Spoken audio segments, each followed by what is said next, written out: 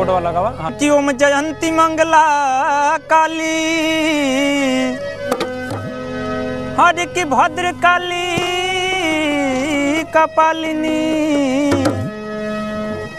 दुर्गा क्षमा शिवा धात्री सहस्वतः नमस्तुते। हर की बीड़ा बजावेलू हर पुस्तक बनावेलू बोले बतियावे के सिखावे हेलू मैया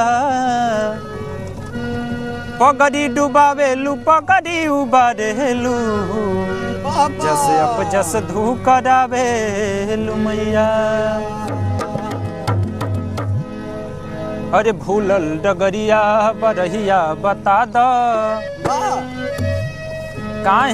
काहे न बोल सुन के आवेलू मैया। अरे का खता हो गइल बा पवन के नूर से माई काहे अकसवा के बेरी बेरी गवा बेलू मैया। आ जा एक ठे माई सोचती के थोड़ा सा 2 लाइन हो जाए।